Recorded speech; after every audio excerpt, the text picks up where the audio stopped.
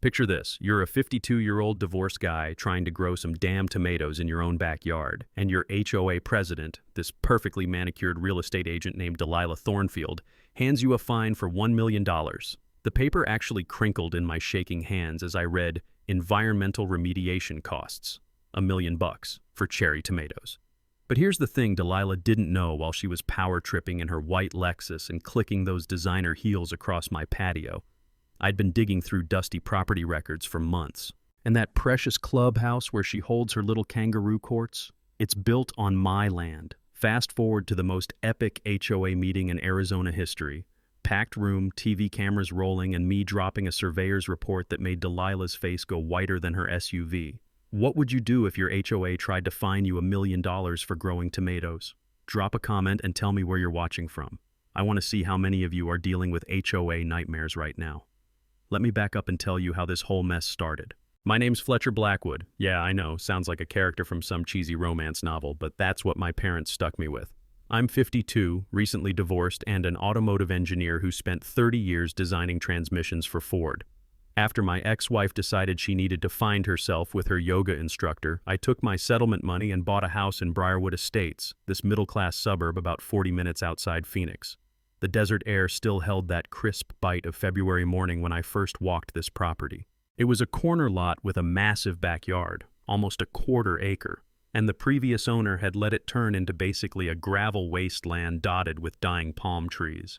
You could hear the distant hum of the freeway mixing with sprinkler systems and leaf blowers, typical suburban soundtrack that somehow felt peaceful after months of divorce lawyer meetings, perfect for my plans.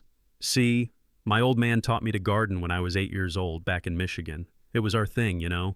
Every weekend, we'd be out there with our hands in the dirt, and he'd tell me stories about growing up during the Depression when a vegetable garden meant the difference between eating and going hungry. The smell of fresh soil and tomato plants always took me back to those Saturday mornings with him. After the divorce, I needed something that was mine. Something my ex couldn't criticize as impractical or messy. So I'm thinking, corner lot, big yard, privacy fence. I can finally grow the vegetables I've been dreaming about for decades. The neighborhood seemed perfect during my house hunt. Mix of retirees and working professionals, nobody too fancy, but everyone took care of their places. The HOA paperwork looked reasonable. Keep your lawn maintained, no loud parties after 10 p.m., paint your house approved colors. Standard stuff. The real estate agent mentioned the HOA president was very engaged with the community, which should have been my first red flag. Enter Delilah Thornfield. Delilah moved to Briarwood 8 years ago and immediately started accumulating power like some kind of suburban conquistador. She's 48, perfectly put together in that real estate agent way. Never a hair out of place, always wearing some shade of beige or cream, driving a white Lexus SUV that she keeps so clean it practically glows. Her perfume, something floral and expensive, announced her presence before she even spoke. The woman had been HOA president for 3 consecutive terms, which should tell you everything about how democracy works in homeowner associations. By March, I'd planted a modest vegetable garden in the back corner of my yard. We're talking maybe 200 square feet. Tomatoes, peppers, some herbs, a few rows of lettuce. Completely hidden from the street, tucked behind my shed, following every guideline in the HOA handbook. I was proud of that little plot. For the first time in months, I felt like I was building something instead of just picking up pieces. That's when Delilah showed up. I'm out there one Saturday morning transplanting some basil seedlings when I hear the sound of her heels clicking across my flagstone patio like a countdown timer. She didn't knock, didn't announce herself, just marched into my backyard like she owned the place. "Mr. Blackwood," she said, and even my name sounded like an accusation the way she said it. "We need to discuss your landscaping choices." I straightened up, wiping dirt off my hands. "What about them?" She gestured at my garden like I'd planted a meth lab. "This violates our community's aesthetic standards."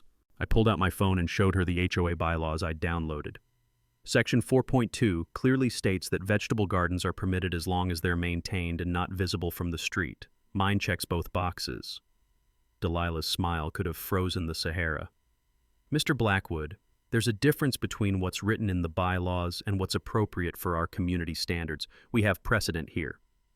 I looked around at the neighborhood. 3 houses down, the Hendersons had a boat parked in their driveway that hadn't moved in 6 months. Across the street, Mrs. Olivia still had Christmas lights up in March. 2 blocks over, some guy had been rebuilding a Camaro in his driveway for over a year. But somehow my hidden tomato plants were the threat to property values. That was my introduction to Delilah Thornfield's selective enforcement policies. What I didn't know yet was that she'd been using this exact same playbook to terrorize other homeowners for years, and that her next move would make the $1 million fine look like a love tap. 2 weeks after Delilah's little garden inspection, I got my first taste of HOA bureaucracy in action. A certified letter showed up at my door. You know, one of those green cards you have to sign for that immediately makes your stomach drop. The thick envelope had that official government smell, like copy paper and bureaucratic dread. Inside was a notice about an emergency board meeting that had apparently happened the night before. Emergency meeting about what? My tomatoes, of course. Turns out the board had voted to clarify the landscaping rules. According to this new interpretation, vegetable gardens now required special permits. The permit fee, $500, plus a $50 per day penalty for any existing unauthorized agricultural activity. They were demanding $2,100 immediately. That's $500 for the permit, plus $1,600 in back penalties for the 32 days my garden had been violating community standards. I called the HOA management company expecting some reasonable explanation. The woman on the phone sounded like she was reading from a script. The board has determined that vegetable gardens require additional oversight to ensure compliance with community aesthetics and environmental regulations. What environmental regulations? I asked. You'll need to discuss that with the board president. So I did what any reasonable person would do. I started digging. During my divorce, I'd learned that HOA boards must provide proper notice before rule changes, and emergency meetings are only for genuine emergencies like safety threats. This whole clarification vote violated basic procedural requirements that could invalidate their decision entirely. What I found was fascinating. 3 of the 5 board members were current clients of Delilah's real estate company. Cornelius Murphy, my elderly neighbor who'd fought in Korea, had mentioned this to me over the fence one day while admiring my pepper plants. That woman's got more conflicts of interest than a Vegas casino, Cornelius had said, adjusting his veteran's cap. But nobody wants to rock the boat, you know? She's got ways of making life difficult. Armed with my research, I showed up to the next monthly board meeting. The clubhouse was mostly empty. Just me, the 5 board members, and Mrs. Patterson, who came to every meeting to complain about dog walkers. Delilah sat at the head of the table like she was running a Fortune 500 company instead of a suburban HOA. I presented my case: improper notice, conflict of interest, selective enforcement. I had photos of all the violations Delilah ignored while targeting my garden. I quoted the state statutes I'd memorized. I was polite, professional, and completely prepared. Delilah listened with that same frozen smile, then reached into her briefcase and pulled out a manila folder.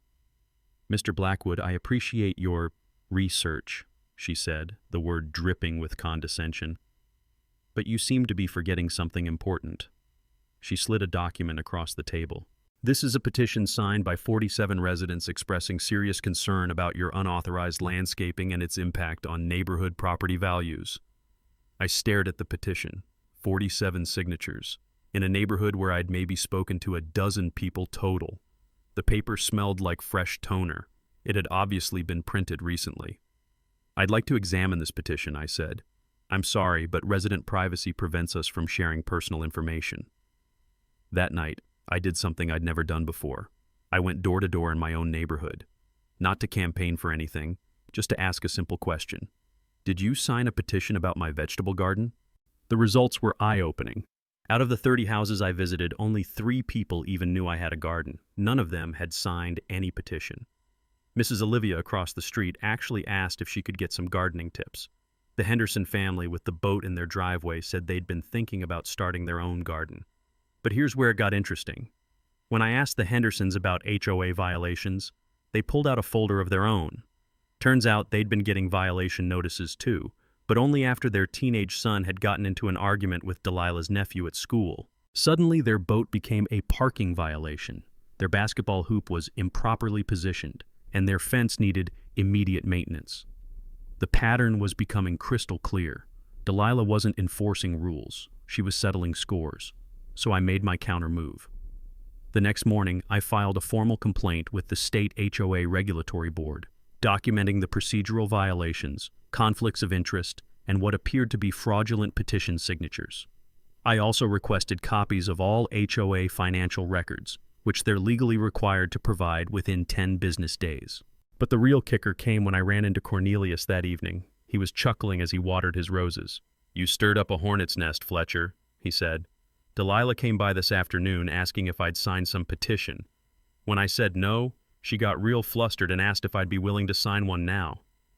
That's when I realized Delilah had just made her first major mistake, and I was going to make sure it wouldn't be her last. If I thought Delilah would back down after my state complaint, I was dead wrong. The woman doubled down like she was playing poker with Monopoly money.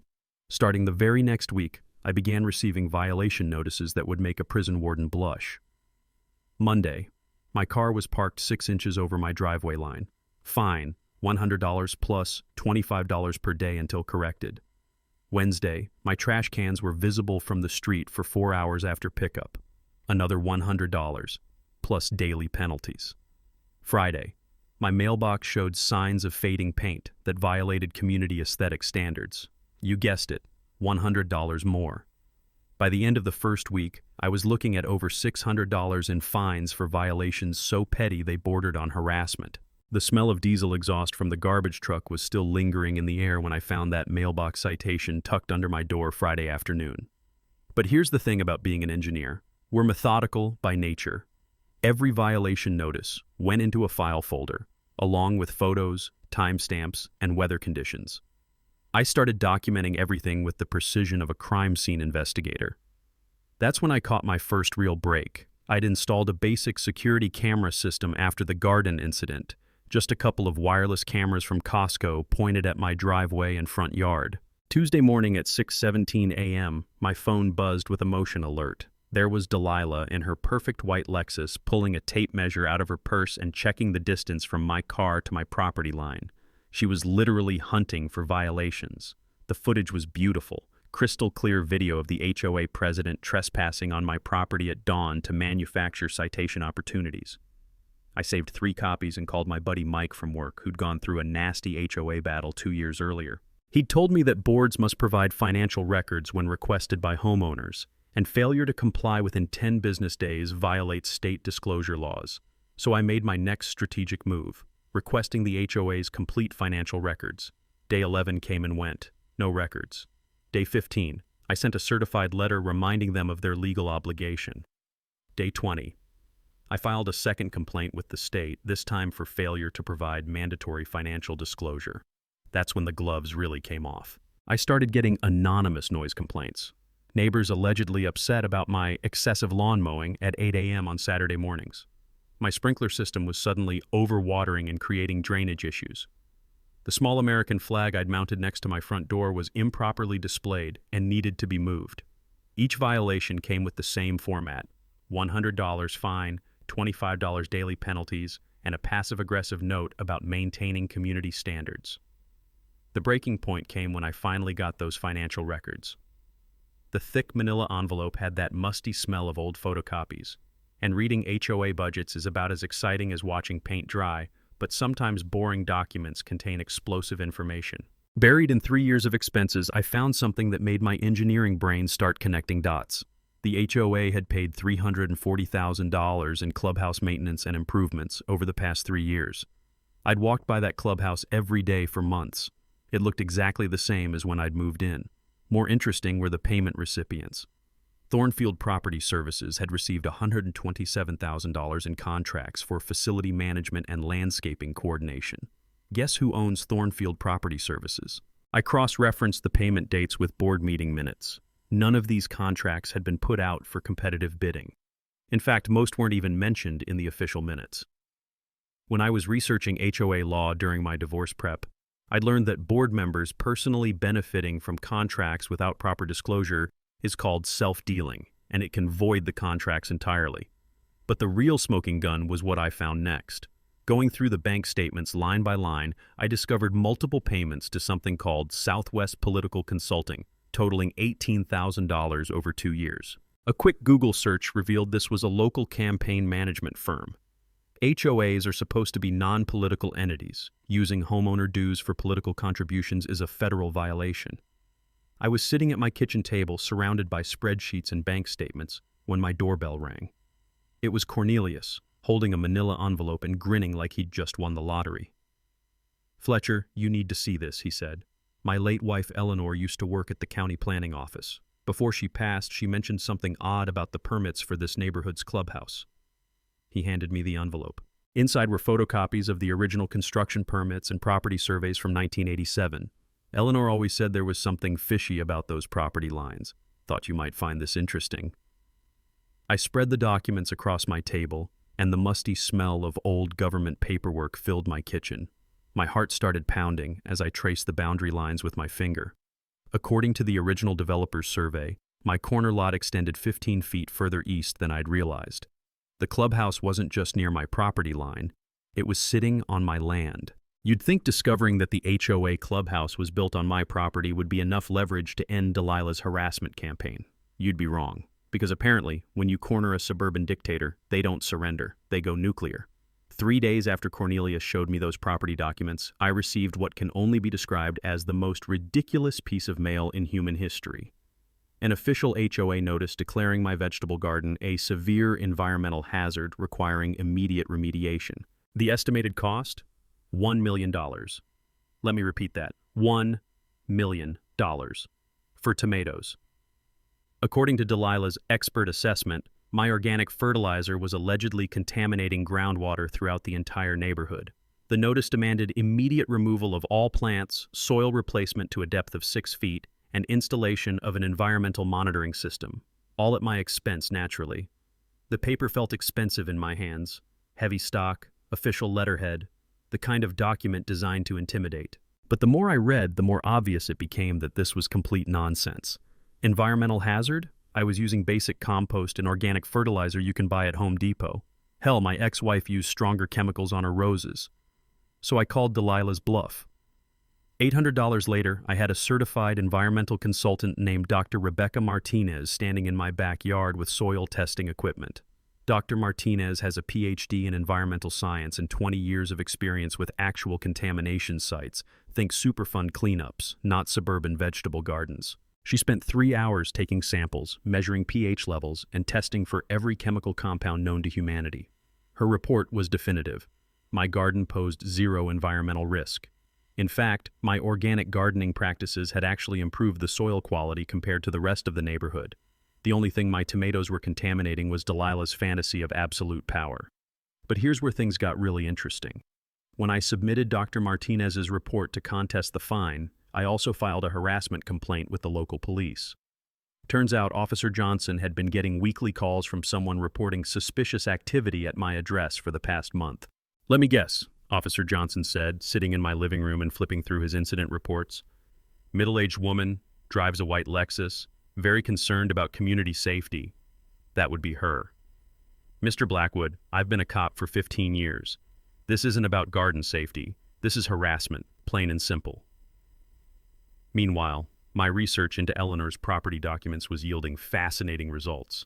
I'd hired a professional surveyor, cost me another $600, but worth every penny for the look I was planning to put on Delilah's face. His findings confirmed what the old records had suggested. Not only was the clubhouse sitting on my land, but so was the premium parking area and half the pool deck. The total encroachment was worth approximately $400,000 in improvements built on property I'd been paying taxes on for 8 months. That evening, I called the real estate attorney my buddy Mike had recommended during his own HOA nightmare. One phone consultation later, I learned something that made my head spin. Property owners can charge rent for unauthorized use of their land, calculated at fair market value. 8 years of back rent at $2,000 per month equals $192,000, plus interest. Suddenly, Delilah's $1 million fine was looking pretty small compared to what the HOA actually owed me. But Delilah wasn't done with her scorched earth campaign. The harassment escalated beyond anything I could have imagined. She started spreading rumors around the neighborhood about my mental stability and the dangerous chemicals I was allegedly storing. The Henderson family mentioned that Delilah had approached them with concerns about property values, suggesting they might want to distance themselves from their association with me. That's when my security cameras caught something that changed everything. Tuesday night, 2:47 a.m., motion alert. My phone lit up with a notification, and I watched in real time as Delilah crept across my backyard toward my garden. She was carrying what looked like a container of liquid and moving with the stealth of someone who definitely shouldn't be there. I grabbed my robe and a flashlight and stepped outside. The desert night air was cool against my skin, and somewhere in the distance, a coyote howled. "Can I help you with something, Delilah?" She nearly jumped out of her skin, dropping the container she'd been carrying. The sharp chemical smell of herbicide hit the air immediately, the industrial strength stuff that kills everything it touches. I was just checking for signs of the contamination," she stammered. "At 3 a.m? On my property? With plant killer?" The look on her face was priceless, like a kid caught with their hand in the cookie jar, if the cookie jar was full of illegal harassment tactics and criminal intent. I called the police immediately.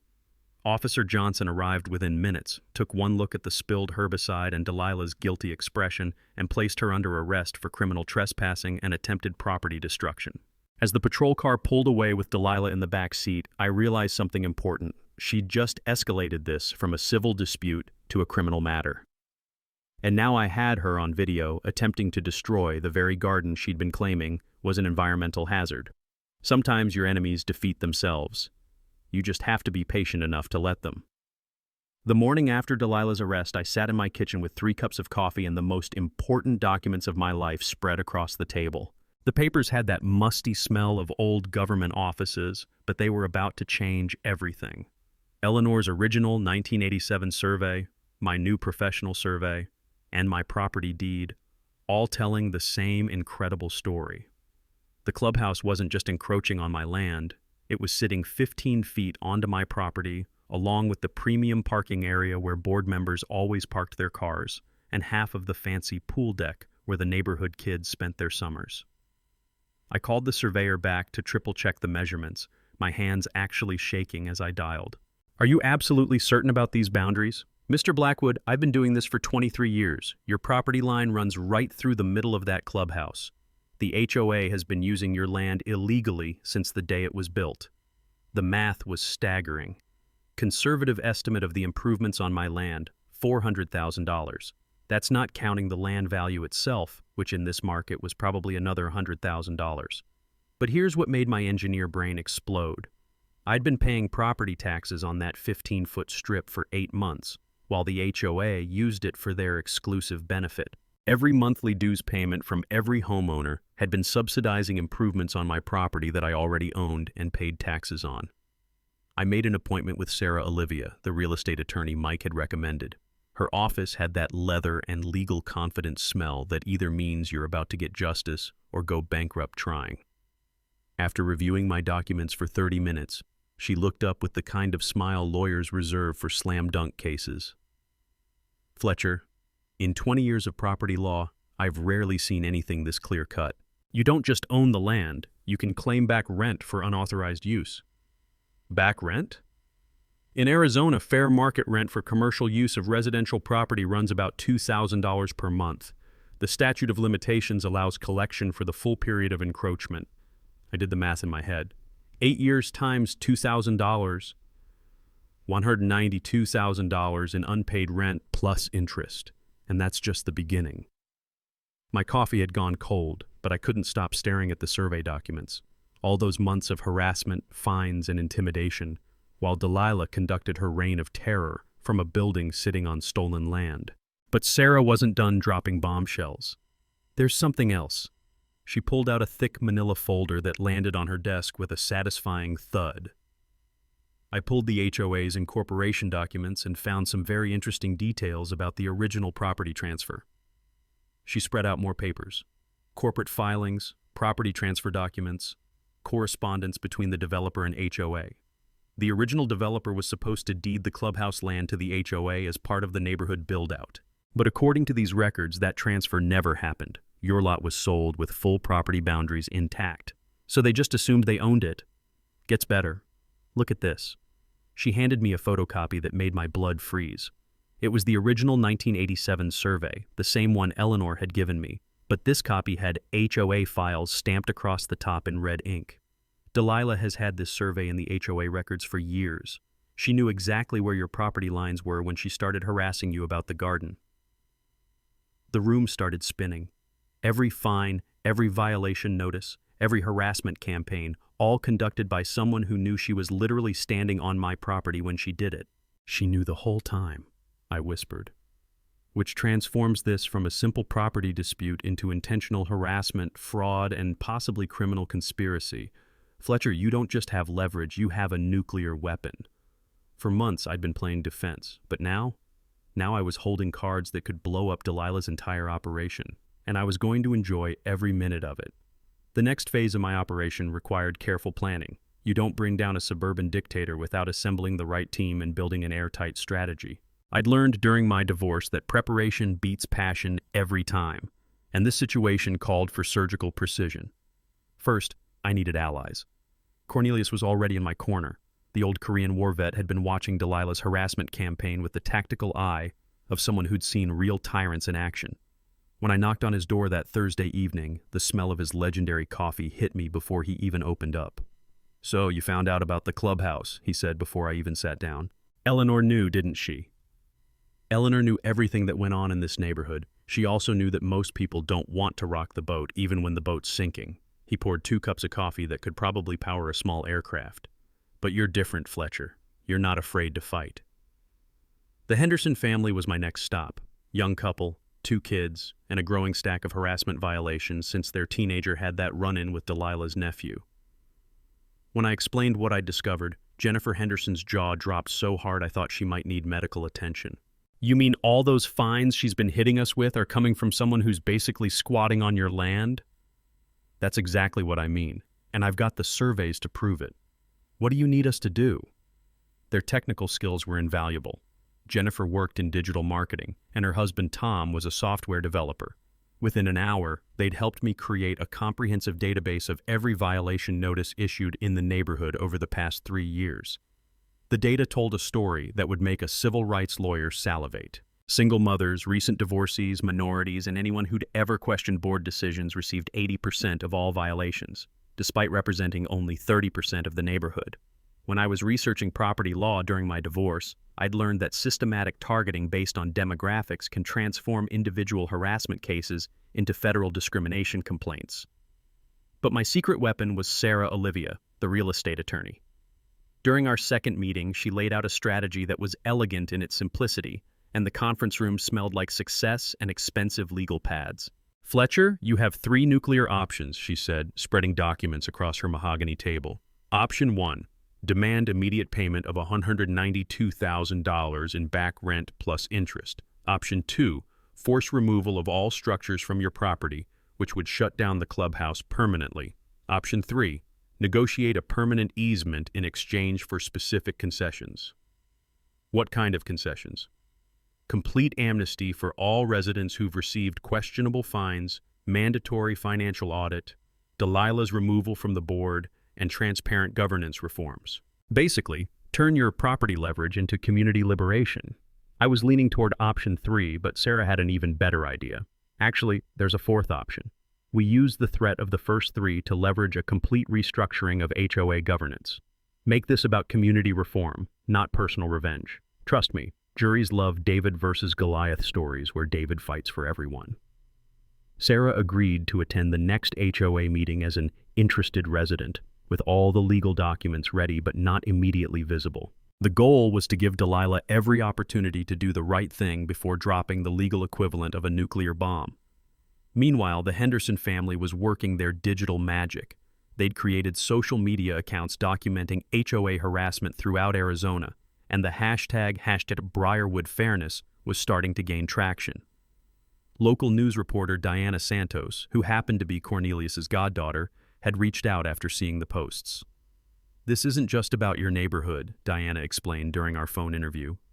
HOA abuse is a massive issue across the state. Systematic harassment, financial corruption, discriminatory enforcement. If we can document all this in one case, it becomes a story about broader housing rights. The plan was coming together like a Swiss watch. Diana would attend the next monthly HOA meeting to cover what she thought was a routine governance story. Cornelius would rally longtime residents who'd been quietly suffering under Delilah's regime. The Henderson family would document everything and live stream the meeting for transparency.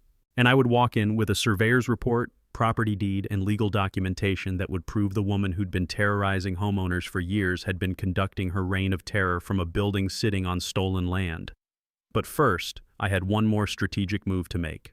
Exactly 24 hours before the meeting, I hand-delivered a formal legal notice to Delilah's house. The thick envelope contained copies of both surveys, the property deed, and a letter from Sarah outlining the encroachment issue and my legal options. I wanted her to have time to think, time to realize that doubling down would be career suicide. As I walked back to my car, the desert evening air carrying the scent of jasmine and impending justice, I couldn't help but smile. For months, Delilah had held all the power. Tomorrow night, in a clubhouse built on my land, the game would finally change. You'd think getting arrested for trespassing and attempted property destruction would humble someone. You'd think receiving legal notice that you've been conducting HOA business from a building sitting on someone else's land might inspire a little humility. But if you thought any of that about Delilah Thornfield, you clearly don't understand the psychology of suburban tyrants. The woman doubled down like she was betting her life savings on a losing poker hand. The morning after I delivered that legal notice, my security cameras caught something that made my blood boil. At 5:30 a.m., Delilah's white Lexus pulled up to my house, followed by a beat-up pickup truck I didn't recognize. Two figures got out and crept toward my garden, moving with the stealth of people who definitely shouldn't be there. My phone buzzed with motion alerts as I watched them pour something from multiple containers onto my vegetables. The acrid smell of industrial herbicide drifted through my bedroom window. The kind of chemicals that don't just kill plants, they sterilize soil for years. I was already calling 911 as I threw on clothes and grabbed my flashlight. But by the time I got outside, they were gone, leaving behind the chemical smell of environmental warfare and $600 worth of destroyed plants and irrigation equipment. Officer Johnson arrived within minutes, took one look at the devastation, and shook his head. "Mr. Blackwood, this isn't harassment anymore. This is criminal destruction of property, and given Ms. Thornfield's recent arrest, it shows a pattern of escalation." The really sick part? This happened less than 24 hours before the HOA meeting where I was planning to reveal the property encroachment. Delilah wasn't just trying to destroy my garden. She was trying to eliminate the evidence of her own hypocrisy. But here's what she didn't count on. My engineering background had taught me to document everything. I had photos of the garden before and after, receipts for every plant and piece of equipment, and high-definition security footage of the entire incident. More importantly, I had neighbors who'd finally reached their breaking point. The Henderson family came over as soon as they heard the police sirens, followed by Cornelius, Mrs. Olivia, and 3 other families who'd been quietly suffering under Delilah's harassment. What started as a crime scene investigation turned into an impromptu neighborhood rally. "This is insane," Jennifer Henderson said, staring at my destroyed garden. "She's literally trying to destroy evidence of her own harassment." "Gets worse," I said, showing them the legal documents. "She did this knowing she's been conducting HOA business from a building sitting on my property." That's when Mrs. Olivia dropped a bombshell that changed everything. "Fletcher, there's something you need to know. My husband works for the city planning department, and he mentioned something interesting about your HOA president." She handed me a manila folder that smelled like government offices and contained photocopies of building permits and inspection reports. "Delilah's been using HOA funds to make illegal political contributions through shell companies. The city's been investigating campaign finance violations, and your HOA shows up in multiple suspicious transactions." I flipped through to the documents, my engineer brain processing the implications. Delilah hadn't just been stealing from homeowners through inflated contracts. She'd been using community funds to buy political influence. How much are we talking about? Over $50,000 in illegal contributions over 3 years. That's federal election law violations on top of everything else. The crowd of neighbors was growing, and the mood was shifting from sympathy to outright anger. People were sharing stories I'd never heard. Elderly residents threatened with liens for minor violations, single mothers hit with impossible fine schedules, families driven to sell their homes rather than fight Delilah's harassment machine. But the real smoking gun came when Tom Henderson pulled out his laptop and showed us what he'd discovered through his digital investigation. "I've been tracking the IP addresses of those anonymous complaint emails the HOA keeps receiving," he said, his screen glowing in the morning light. "Guess where 90% of them originated?" He turned the laptop around. Every anonymous complaint about noise violations, parking infractions, and community standards had been submitted from the same IP address, Delilah's home office. She'd been manufacturing complaints to justify her harassment campaigns. "This is it," I said, looking around at my neighbors' faces. "This is how we end this." Officer Johnson finished his report and walked over to our impromptu strategy session.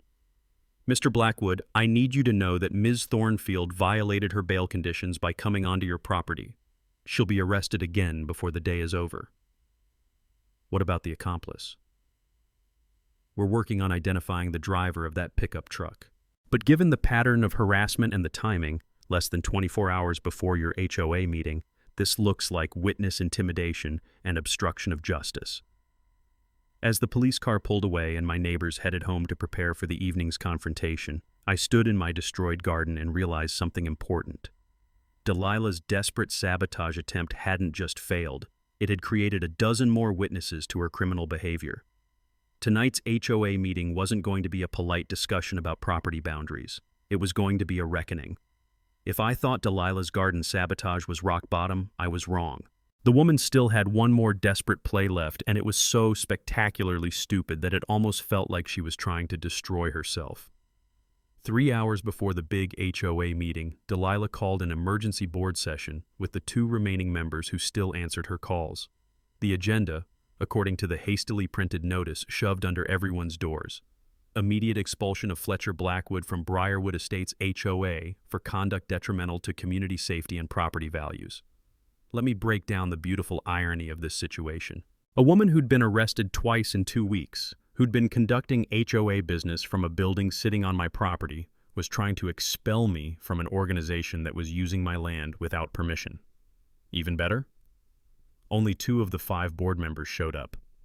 Board member Patricia Walsh had already resigned via email that morning, citing ethical concerns about current leadership. Board member Robert Kim sent a terse message declining to participate in what he called legally questionable proceedings. That left Delilah, her real estate client Monica Stern, and longtime board member Harold Price, who looked like he'd rather be getting a root canal. The emergency meeting lasted exactly 12 minutes. I know because Tom Henderson live-streamed the entire thing from the back of the room, where about 15 neighbors had gathered to watch the spectacle. This emergency session is called to address the immediate threat posed by Fletcher Blackwood's harassment of board members and destruction of community property values, Delilah announced, her voice shaking with either rage or panic. Harold Price interrupted before she could continue. "Delilah, I've reviewed the legal notice Mr. Blackwood served yesterday. Are you seriously trying to expel a homeowner while conducting this meeting in a building that may be sitting on his property? The property dispute is frivolous and will be dismissed by any competent court. The property dispute has been verified by 2 independent surveyors and involves nearly $200,000 in potential damages to the HOA. This meeting is over." Harold walked out, followed by half the residents. Monica Stern looked like she wanted to disappear into the floor, but Delilah wasn't done with her kamikaze performance. "Fine," she shouted at the remaining audience. "If you want to side with a mentally unstable man who's been terrorizing this community with his dangerous chemicals and environmental hazards, that's your choice." Tom Henderson's livestream captured every word, and by 6 p.m., #Delilah Meltdown was trending locally on social media. Meanwhile, I was putting the finishing touches on my presentation for the real HOA meeting. Sarah had helped me organize the evidence into a timeline that would be impossible to ignore. Property surveys, financial records, violation patterns, criminal complaints, and video evidence of harassment. But the real bombshell came when Diana Santos, the news reporter, called with information that made my head spin. "Fletcher, I've been investigating Delilah's background for my story, and I found something incredible. She's used this exact same playbook in 3 other HOA communities." "What do you mean?" "Same pattern. Get elected to HOA board, manufacture violations against specific residents, use harassment to drive out anyone who questions her authority. She was actually sued in Scottsdale for discrimination and settled out of court for $75,000. Why wasn't this public knowledge? Non-disclosure agreement. But here's the kicker. I found court records showing she's been banned from holding HOA positions in 2 other municipalities." The pieces were falling into place like dominoes. Delilah hadn't just stumbled into corruption. She was a serial HOA predator who'd been perfecting her harassment techniques across multiple communities. By 6:45 p.m., the clubhouse was packed beyond capacity. 67 residents showed up, a record for any HOA meeting in neighborhood history. Diana Santos set up her camera equipment while her cameraman tested lighting angles. Police officers Johnson and Martinez were stationed outside just in case things got heated. The room buzzed with nervous energy, and the smell of anticipation mixed with freshly brewed coffee from the kitchen area. Cornelius had rallied the longtime residents, the Henderson family had organized the younger families, and even Mrs. Patterson, who usually only came to complain about dog walkers, was there with a notebook full of her own harassment stories. At exactly 7 p.m., Delilah walked into the clubhouse like she was entering a gladiatorial arena. Her usual perfect composure was cracking around the edges, her makeup was slightly smudged, her hair wasn't quite right, and she kept glancing nervously at the news camera. Sarah Olivia sat in the third row, legal documents in a manila folder on her lap, ready to deploy the nuclear option if necessary. I took my seat in the front row, property surveys and deed in hand, surrounded by neighbors who'd finally found the courage to stand up to a bully. As Delilah called the meeting to order, her voice barely steady, I realized that this wasn't just about my vegetable garden anymore. This was about 47 families who'd been living under the thumb of a suburban dictator, and tonight was their liberation. The revolution was about to begin. The moment Delilah called the meeting to order, you could feel the electricity in the room. 67 residents packed into a clubhouse designed for maybe 40, with Diana Santos's news camera capturing every second and 2 police officers visible through the windows. The air conditioning couldn't keep up with the crowd, and the room had that charged atmosphere of a powder keg waiting for a spark. Tonight's agenda includes routine business and, Delilah glanced nervously at the camera, addressing recent disruptions to community harmony. That's when I stood up. Point of order, Madam President. I'd like to add an item to tonight's agenda under new business. Delilah's knuckles went white as she gripped her gavel. The agenda is closed, Mr. Blackwood. Actually, according to Robert's Rules of Order, which this HOA is legally bound to follow, any homeowner can introduce new business with proper motion and second. Cornelius immediately stood. I second Mr. Blackwood's motion. All in favor? I asked. 43 hands shot up around the room. Even some of Delilah's former allies were raising their hands. Delilah looked like she was watching her empire crumble in real time. What is your new business item? I walked to the front of the room, pulled out the professional survey, and taped it to the easel where Delilah usually displayed her PowerPoint presentations about community standards. Property boundary clarification for the Briarwood Estates clubhouse facility. The room went dead silent. You could hear the hum of the fluorescent lights and the distant sound of traffic on the main road. This is the original 1987 survey from when our neighborhood was developed, I said, pointing to the faded document. And this is a current professional survey I commissioned 3 weeks ago. I taped the second survey next to the first one. Both surveys show the same thing. This clubhouse, the premium parking area, and half of the pool deck are built on my property. The murmur that rippled through the crowd sounded like a wave breaking on the shore. Delilah shot to her feet. That's ridiculous. Mr. Blackwood is clearly trying to disrupt our community with frivolous legal threats. Is $192,000 in back rent frivolous? I asked calmly. The room erupted. Residents were turning to each other, voices rising, some people standing to get a better look at the surveys. Diana Santos signaled her cameraman to zoom in on the documents. Order! Delilah banged her gavel so hard I thought she might break it. This meeting will not be disrupted by what? I interrupted. By a homeowner pointing out that you've been conducting HOA business from a building sitting on his land? That's when Sarah Olivia stood up, manila folder in hand. If I may, I'm Sarah Olivia, real estate attorney specializing in property disputes. I've reviewed Mr. Blackwood's documentation and his claim is legally sound. The HOA has been using his property without permission for 8 years. Delilah's face had gone from flush to pale.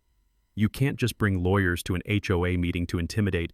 Actually, Sarah continued smoothly, there's something else the community should know. According to HOA Records, President Thornfield has had copies of the original survey showing this property encroachment for over 2 years.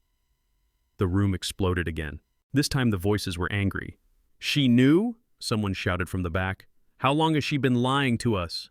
Jennifer Henderson stood up with her laptop. Since we're sharing information, everyone should know that 90% of the anonymous complaints our HOA receives come from the same IP address, President Thornfield's home office. "That's not true!" Delilah screamed, all pretense of professional composure gone. "I can show you the digital forensics right now," Tom Henderson called out, holding up his phone with the live stream data. That's when Officer Johnson stepped through the front door. "Ms. Thornfield, you're under arrest for violation of bail conditions and witness intimidation. You have the right to remain silent." The room went dead quiet as Delilah was read her rights in front of 67 neighbors and a rolling news camera. Her perfectly styled hair was coming undone, her makeup was smeared, and she looked nothing like the suburban dictator who'd been terrorizing homeowners for years. As the police led her toward the door, I made my final move. "Before this meeting ends, I want everyone to know that I'm prepared to grant the HOA a permanent easement for the clubhouse and pool area in exchange for 3 conditions. The room focused on me with laser intensity. First, complete amnesty and refund for all illegitimate fines issued to residents over the past 3 years. Second, mandatory financial audit and transparency reforms. Third, new board elections within 60 days. The applause started slowly, then built to a thunderous roar that probably woke up half the neighborhood. Diana Santos stepped forward with her microphone as the crowd began to quiet down. "Mr. Blackwood, how does it feel to discover that your HOA clubhouse was built on your land?" I looked around the room at my neighbors, people who'd been living in fear of harassment and illegal fines, who'd finally found the courage to stand up to a bully. "It feels like justice," I said. "And it feels like home." 6 months later, I'm sitting in my rebuilt vegetable garden, watching the sunset paint the Arizona sky in shades of orange and purple, and I can barely believe how much has changed. The tomatoes are thriving, the peppers are coming in beautifully, and for the first time since my divorce, I feel like I'm exactly where I'm supposed to be. The immediate aftermath of that epic HOA meeting was pure chaos, but the good kind. Within 24 hours, Diana Santos's news story had gone viral across Arizona. "Homeowner discovers HOA clubhouse built on his land" became the most watched local news segment of the year, and suddenly every media outlet in the Southwest wanted to talk about HOA reform. Delilah pled guilty to harassment, embezzlement, and campaign finance violations. She was sentenced to community service, ordered to pay full restitution to every homeowner she'd illegally fined, and permanently banned from holding any HOA position in the state. Her real estate license was revoked, and last I heard, she'd moved to Nevada to start over. The financial audit revealed exactly what we suspected: $340,000 in inflated contracts, $50,000 in illegal political contributions, and systematic theft that had been bleeding our community dry for years. Every homeowner received a refund check averaging $200, money that had been stolen through fake violations and fraudulent maintenance contracts. But the real victory was what happened to our community. The new HOA board, elected in a landslide vote, implemented transparency reforms that became a model for other neighborhoods. All financial records are now posted online, board meetings are live streamed, and any contract over $5,000 requires competitive bidding with homeowner notification. My corner lot property value increased by $50,000, partly due to the legal clarification, but mostly because Briarwood Estates became known as the neighborhood that stood up to corruption. People want to live in a community where bullies can't hide behind bureaucracy. The vegetable garden that started this whole mess has become a community focal point. What began as my personal therapy project now feeds 12 families through our neighborhood food sharing program. Kids stop by after school to help with watering, and elderly residents share gardening wisdom from their own childhoods. Cornelius and I have become genuine friends, bonding over morning coffee and evening garden work. He often jokes that Eleanor would have loved watching Delilah get arrested in the clubhouse. "She always said karma was patient, but never forgot an address," he tells me. The Henderson family's hashtag Briarwood Fairness inspired HOA reform movements across 3 states. Jennifer now runs a nonprofit helping homeowners fight harassment, and Tom's digital forensics skills have exposed corruption in dozens of communities. My $192,000 settlement with the HOA went toward establishing the Briarwood Community Justice Fund, providing free legal assistance for homeowners facing harassment anywhere in Arizona. We've helped 43 families fight bogus fines and illegal board actions with a 90% success rate. The fund also sponsors our annual garden festival, which has become a celebration of community resilience and a fundraiser for the local food bank. This year's festival drew over 800 people, raised $15,000 for charity, and featured a keynote speech from Diana Santos about the power of grassroots journalism. The most satisfying moment came 3 weeks ago when I received a handwritten letter from a single mother in Tucson. Her HOA had been harassing her with impossible fines until she used our legal template and documentation methods to fight back. Her board president resigned within a month, and her community implemented our transparency reforms. "Thank you for showing us that we don't have to be victims," she wrote. "Your story gave us the courage to stand up for ourselves." That's when it hit me. This was never really about property lines or vegetable gardens or even stopping one corrupt HOA president. It was about proving that ordinary people can fight back against systematic bullying and win. Sometimes you have to plant your flag, literally and figuratively, and refuse to be pushed around. So here's my challenge to everyone watching. If you're dealing with HOA harassment, document everything, know your rights, and don't fight alone. Share your story in the comments. You might inspire someone else to stand up to their neighborhood bully. And hey, if you enjoyed watching a suburban dictator get her comeuppance, hit that subscribe button and ring the notification bell. Next week, I'm telling you about my neighbor who tried to claim my driveway belonged to him and how I used a 200-year-old property law to get the most satisfying revenge of my life. Remember, knowledge is power, documentation is everything, and sometimes the best revenge is just being more organized than your enemies. Thanks for watching, and keep fighting the good fight.